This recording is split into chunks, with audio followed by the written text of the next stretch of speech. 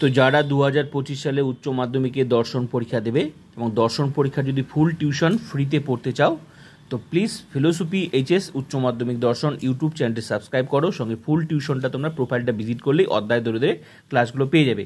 তো আজকে তোমাদের নতুন অধ্যায় শুরু হলো 2025-এর ফুল টিউশন, সেটা হচ্ছে পঞ্চম অধ্যায় নিরপেক্ষ ন্যায়। চতুর্থ অধ্যায় পর্যন্ত একদম কমপ্লিট হয়ে গেছে 2025 ফুল টিউশন, যেগুলো লিখে দিয়েছি 100% কমন। যদি পরীক্ষার প্রত্যেকটা প্রশ্নের উত্তর লিখতে চাও, সেটা এমসিকিউ হোক, এসিকিউ হোক, লজিক হোক, নোটস হোক, সব অধ্যায় ধরে ধরে পেয়ে যাবে ফুল টিউশনটা, ঠিক আছে?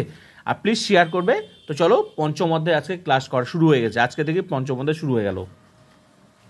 তো মনে রাখবে এই পঞ্চম অধ্যায় থেকে তোমাদের দুই ধরনের প্রশ্ন আসে, একটা লজিক আর একটা হচ্ছে এখান থেকেও নোটস আছে। আমি আগেও বলেছি কোন কোন অধ্যায় থেকে লজিক আর নোটস দুটো আসে। তো এরকম এই অধ্যায় থেকেও তোমাদের 8 মার্কের লজিক আসবে, 8 মার্কের নোটস আসবে। তো আগে আমি তোমাদের এখান থেকে আমি টিকাগুলো শেয়ার করছি, কারণ এমনভাবে ক্লাস করাচ্ছি যাতে এই টিকাটার মধ্যেই তোমাদের হচ্ছে লজিকটাও তোমরা পারো।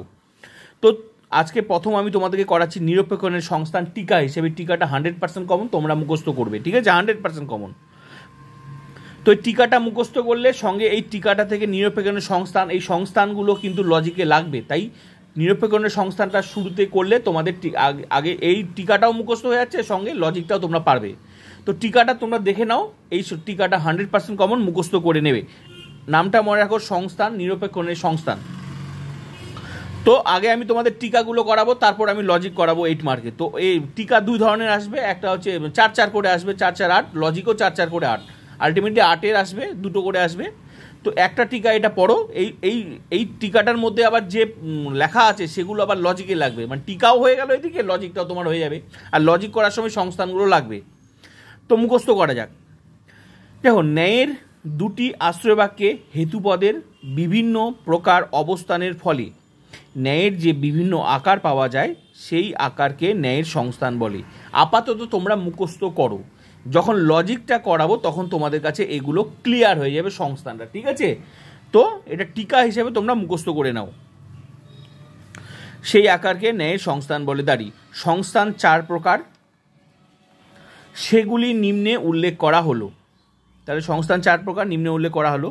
প্রথম সংস্থান যেভাবে আছে সেভাবে তোমরা মুখস্থ করবে। প্রথম সংস্থান যেটা সেটাই প্রথম সংস্থান। প্রথম সংস্থানে হেতুপদ সাধ্য আশ্রয়বাক্যের উদ্দেশ্য স্থানে থাকে এবং পক্ষ আশ্রয়বাক্যের বিধেয় স্থানে থাকে। দাঁড়ি যেমন উদাহরণ, এ বচন দিয়ে সকল এম হয় পি, তার নিচে এ বচন সকল এস হয় এম, অতএব সকল এস হয় পি। এটা একটা উদাহরণ। এই পাশে এটার আকারটা এখানে দেখাতে হবে।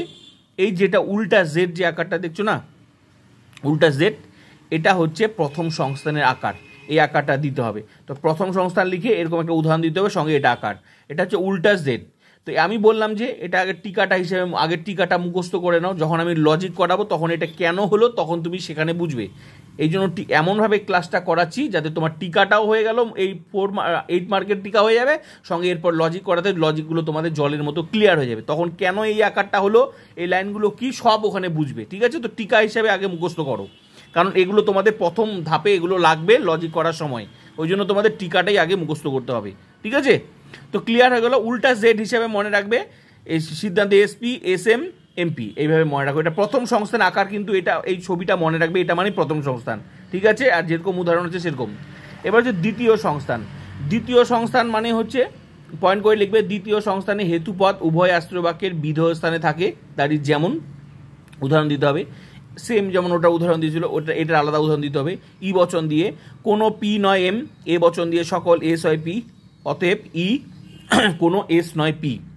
এটার আকার এটা হচ্ছে এইভাবে, এই যে আকারটা দেখছো আলটিমেটলি 3টা লাইন। তো এটারও 3টা লাইন, এটারও 3টা লাইন, শুধু হচ্ছে এম কে হেতুপদকে কানেক্ট করা হয়েছে। ভালো করে দেখো, এস মানে এখানে হচ্ছে, এস মানে পক্ষপদ, পি মানে সাধ্যপদ, আর এম মানে হচ্ছে হেতুপদ, ঠিক আছে? তো এস মানে হচ্ছে পক্ষপদ, পি মানে সাধ্যপদ, এম মানে হেতুপদ। তো এখানে পদগুলো কিন্তু এগুলো মনে রাখবে, এগুলো কিন্তু লজিক করার সময় লাগবে। আর এগুলো কেন হচ্ছে, কিভাবে হচ্ছে, সব লজিকে বুঝবে, কিন্তু আপাতত তোমরা টিকা হিসেবে এটা মুখস্থ রাখো, কারণ টিকাটা তোমাদের মুখস্থ করতেই হবে, ঠিক আছে? তাহলে দ্বিতীয় সংস্থান মানে এটার আকার এটা, দ্বিতীয় সংস্থানে এটার উদাহরণটা এটা, ক্লিয়ার হয়ে গেল। এবার হচ্ছে তৃতীয় সংস্থান। তৃতীয় সংস্থান হচ্ছে, তৃতীয় সংস্থানে হেতুপদ উভয় আশ্রয়বাক্যের উদ্দেশ্য স্থানে থাকে। দাঁড়ি যেমন আই বচন দিয়ে কোনো কোনো এম হয় পি, এ বচন সকল এম হয় এস, আই বচন কোনো কোনো এস হয় পি, এটার উদাহরণ হচ্ছে এটা। মনে রাখবে দ্বিতীয় সংস্থানের যেটা আকারটা লিখেছো ওইটার উল্টা এটা, ভালো করে দেখো, হেতুপদকে কানেক্ট করা আছে, এটার উল্টা এটা। তৃতীয় সংস্থানের আকারটা মনে রাখবে, দ্বিতীয়র উল্টা হচ্ছে তৃতীয়, ভালো করে ছবিটার উল্টা এটা। সিদ্ধান্তে হচ্ছে এসপি নিয়ে গঠিত, শেষের লাইনটা হচ্ছে সিদ্ধান্ত, এখানে দুটি হচ্ছে আশ্রয় বাক্য থাকবে, ঠিক আছে? নেই তো এটা প্রধান আশ্রয় বাক্য, এটা প্রধান আশ্রয় বাক্য, এটা অপ্রধান আশ্রয়। আমি বললাম যে যখন লজিক করাবো তখন ক্লিয়ার হয়ে যাবে বিষয়গুলো তোমাদের লজিক করার সময়, ঠিক আছে? তো এটা সিদ্ধান্ত, সিদ্ধান্ত হচ্ছে এসপি নিয়ে গঠিত। তো এটার মনে রাখবে তৃতীয় সংস্থানটা হচ্ছে দ্বিতীয় সংস্থানের উল্টা, ক্লিয়ার হয়ে গেল। এবার হচ্ছে চতুর্থ সংস্থান, ছবিগুলো মনে রাখবে কোনটা কার ছবি, সেই ছবিগুলো কিন্তু নাম মনে রাখতে হবে। যদি আমি যেভাবে লজিক করাই, সিস্টেমেটিক লজিক, না হলে তুমি কোনোদিনও লজিক শিখতে পারবে না। আগের লজিকগুলো তাই একটার পর একটা রিলেটেড, মানে যেভাবে ক্লাস করাচ্ছি সেভাবে ক্লাস করো। মাঝখানে এসে কেউ যদি বুঝতে পারছি না তো বুঝতে জীবনে পারবে না। যেভাবে শুরুতে যেমন এই অধ্যায়ে ঢোকা হলো, তেমন এই অধ্যায়ে প্রথমে যে ক্লাস, সেই ক্লাস তোমাকে করতেই হবে। যদি না করো, এই নোটটা যদি নাও মুখস্থ করো, তুমি যদি লজিক করো তাও তোমাকে এই লজিকটা এই নোটটা লাগবে, মুখস্থ করতেই হবে। কারণ এই ছবিগুলো মুখস্থ রাখতে হবে, সঙ্গে এর উদাহরণটাও তোমাকে মুখস্থ রাখতেই হবে, ঠিক আছে? লাগবেই, নাহলে লজিক বাদ দাও, তাহলে নোট মুখস্থ করো, ঠিক আছে? তাহলে যেভাবে সিস্টেমেটিক বলছি। এবার চতুর্থ সংস্থান, চতুর্থ সংস্থানে হেতুপদ প্রধান আশ্রয় বাক্যের বিধেয় স্থানে এবং অপ্রধান আশ্রয় বাক্যের উদ্দেশ্য স্থানে থাকে দাঁড়িয়ে। যেমন এটা উদাহরণ, এ সকল পি হয় এম, ই বচন কোনো এম নয় এস, ই বচন অতএব ই বচন কোনো এস নয় পি, এটার আকারটা এটা, এটা হচ্ছে প্রথম সংস্থানের উল্টা, এটা হচ্ছে সিধা জেড, এইভাবে মনে রাখো। তার মানে এটা হচ্ছে চতুর্থ সংস্থানের আকার। তাহলে এই পর্যন্ত তোমাদের টিকা 4 মার্ক কমপ্লিট। এটা তোমাকে এই নিরপেক্ষণের লজিক শিখতে গেলে এটা প্রথম ধাপ, তোমাকে আগে সংস্থানটা জানতে হবে।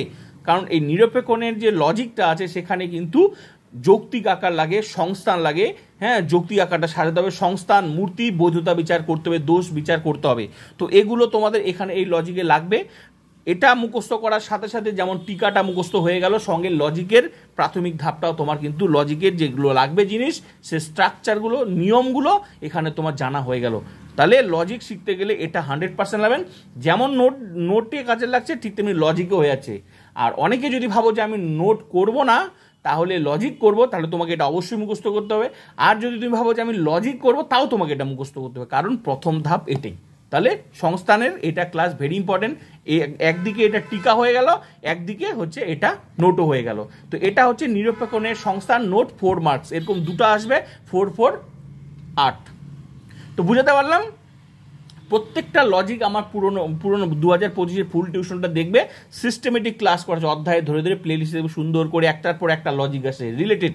ঠিক তেমনি এই লজিক শিখতে গেলে তোমাকে এই রিলেটেডে চলতে হবে, না হলে মাঝখানে লজিক ক্লাস করলে, এই ক্লাস না করলে সংস্থান কোথা থেকে আসলো স্যার, সংস্থান তো বুঝতেছি না স্যার, এই সংস্থানটা কেন হলো স্যার মাঝখান থেকে, এটা কোথা থেকে আসলো স্যার, বুঝতে পারবে না। অত সহজ না লজিক, ঠিক আছে? যদি বুঝতে হয় সিস্টেমেটিক ক্লাস করে আসতে হবে। তো বুঝতে পারলাম? এই ক্লাসটা আজকে ভেরি ইম্পর্টেন্ট, মুখস্থ করো আজকে, আর প্লিজ শেয়ার করো। তো নিরপেক্ষ ন্যায় 4ম 5ম অধ্যায় তোমাদের ক্লাস শুরু হয়ে গেল।